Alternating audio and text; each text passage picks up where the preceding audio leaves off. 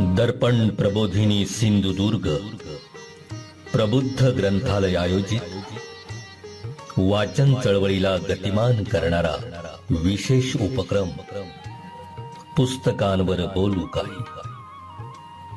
आंबेडकरी कार्यकर्त्यांच्या वैचारिक प्रगल्भतेला पोषक ठरणाऱ्या ग्रंथांविषयी, पुस्तकांविषयी आपल्याच वाचकांनी केलेले अभ्यासपूर्ण विवेचन. पुस्तकांवर बोलू काही.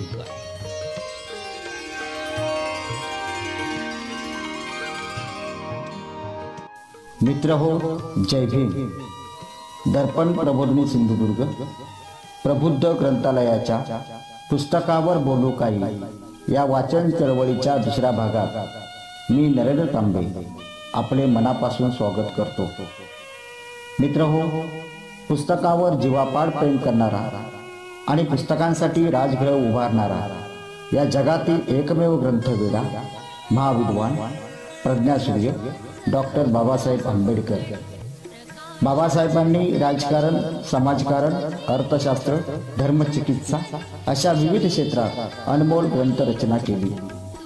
त्यांनी लिहिलेल्या अशा विविध स्पर्शी ग्रंथावर, त्यांच्या घणाघाती पत्रकारितेवर आज अनेक विद्वान संशोधन करत आहेत. तेव्हा बाबासाहेबांच्या प्रखंड बुद्धितेजाच्या लेखणीतून साकारलेल्या अनमोल ग्रंथांपैकी मुक्ती कोण पथे अर्थात धर्मांतर का या ग्रंथाचा परिचय. पुस्तकावर बोलू काय. 1936 साली संपन्न झालेल्या मुंबई इलाका महार परिषदेच्या ऐतिहासिक परिषदेत बाबासाहेबांनी मुक्ती कोण पथे या विषयावर केलेल्या अभ्यासपूर्ण भाषणाचा पुस्तकरूपी अमोल ठेवा म्हणजेच मुक्ती कोण पथे. बाबासाहेबांची धर्मांतराच्या प्रश्नाकडे पाहण्याची दूरदृष्टी किती विशाल होती हे या ग्रंथाच्या पानापानावर प्रतिबिंबित होते. तेव्हा ऐकूया डॉक्टर बाबासाहेब आंबेडकर यांच्या मुक्ती कोण पथे या अलौकिक ग्रंथाचे विवेचन करताहेत संस्थेच्या सदस्य आणि वाचक प्राध्यापिका पूनम कदम.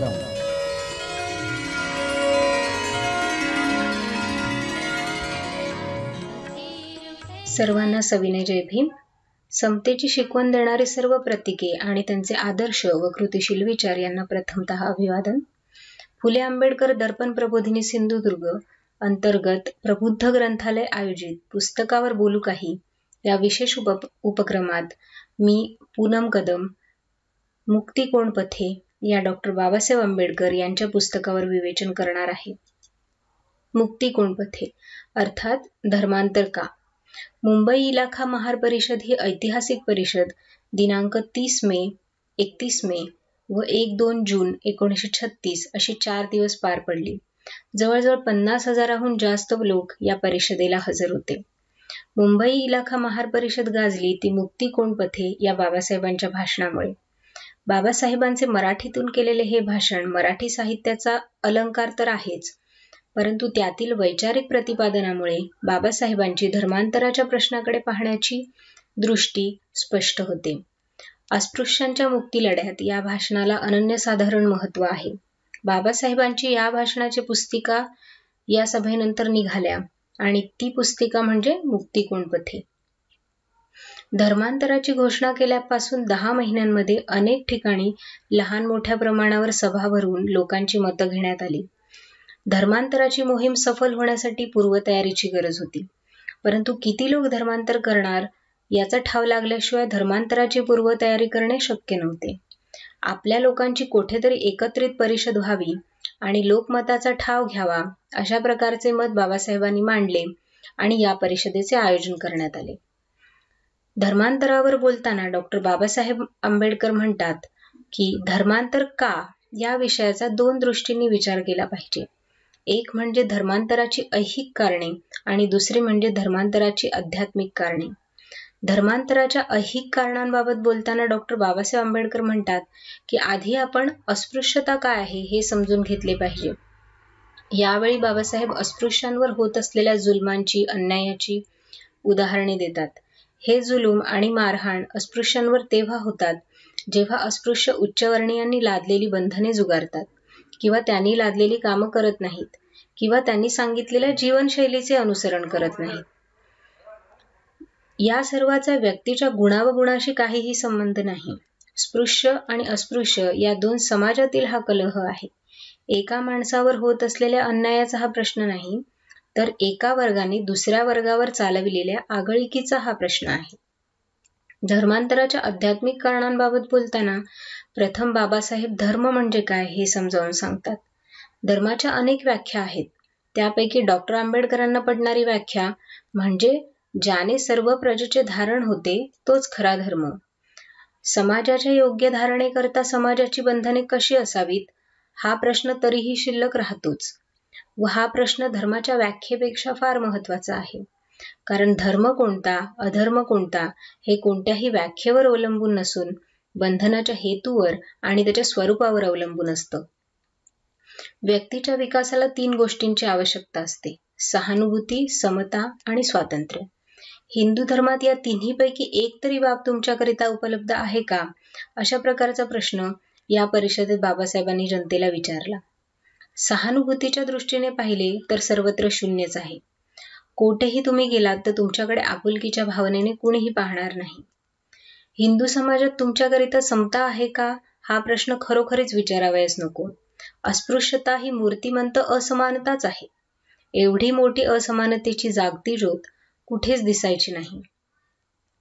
दरेक नागरिकाला कायद्याने जितके व्यक्ती स्वातंत्र्य आहे तेवढे व्यक्ती स्वातंत्र्य तुम्हाला आहे असे लोक म्हणतात. ज्याला जन्मजात धंद्याशिवाय दुसरा कुठलाही धंदा समाज करू देत नाही किंवा ज्याला संपत्ती मिळवण्याचे कोणत्याही प्रकारचे द्वार खुले नाही, त्याला तुझी संपत्ती उपभोगण्यास तू स्वतंत्र आहेस असे सांगण्यात काय अर्थ आहे? जन्मजात अपवित्रतेमुळे ज्याचा नोकरीत प्रवेश होऊ शकत नाही, ज्याच्या हाताखाली नोकरी करण्याकरिता इतर लोकांना अपमान वाटतो, अशा माणसाला कोणत्याही नोकरीचा अधिकार सांगण्याचे तुला स्वातंत्र्य आहे असे सांगणे म्हणजे त्याची थट्टा करणे आहे. कायद्याने पुष्कळ हक्क दिले असतील, पण समाज त्याचा उपयोग करू देईल तरच ते खरे हक्क असे म्हणता येईल. अस्पृश्यांतील संघटना आणि धर्मांतर यावर बोलताना बाबासाहेब म्हणतात, अस्पृश्य निवारणाची आज जी चळवळ चालू आहे या चळवळीवर अशी टीका करण्यात येते की अस्पृश्य वर्गातील ज्या निरनिराळ्या जाती आहेत त्या जातींमध्ये परस्परातील व्यवहारांमध्ये जातीभेद पाळण्यात येतो. परस्परांमधील जातीभेद व अस्पृश्यता पाळणाऱ्या लोकांनी वरच्या जातींना तुम्ही जातीभेद मोडा किंवा अस्पृश्यता पाळू नका असे सांगण्याचा काय अधिकार आहे? त्यामुळे तुम्ही आधी आपापसातील जातीभेद अस्पृश्यता नष्ट करा. अर्थात ज्या धर्मात माणसाची घाण माणसाने मानली पाहिजे अशी शिकवण आहे त्या धर्मात आपण जोपर्यंत आहोत तोपर्यंत आपल्या मनातील जातीभेदाची भावना कदापि नष्ट होणार नाही. अस्पृश्यांतील जातीभेद व अस्पृश्यता नाहीशी करायची असेल तर धर्मांतर हा एकच यावर रामबाण उपाय आहे. नामांतर व धर्मांतर यावर बोलताना बाबासाहेब म्हणतात की अपरिचित अशा माणसाला अस्पृश्य कोण स्पृश्य कोण हे सांगता येणार नाही. म्हणून जोपर्यंत जात कळली नाही तोपर्यंत स्पृश्य हिंदूंच्या मनात कोणत्याही प्रकारची दूषित भावना उत्पन्न होत नाही. महार या शब्दाचा उच्चार केल्यावर कुणी जवळ येणार नाही आणि नाव सांगून भागणार नाही.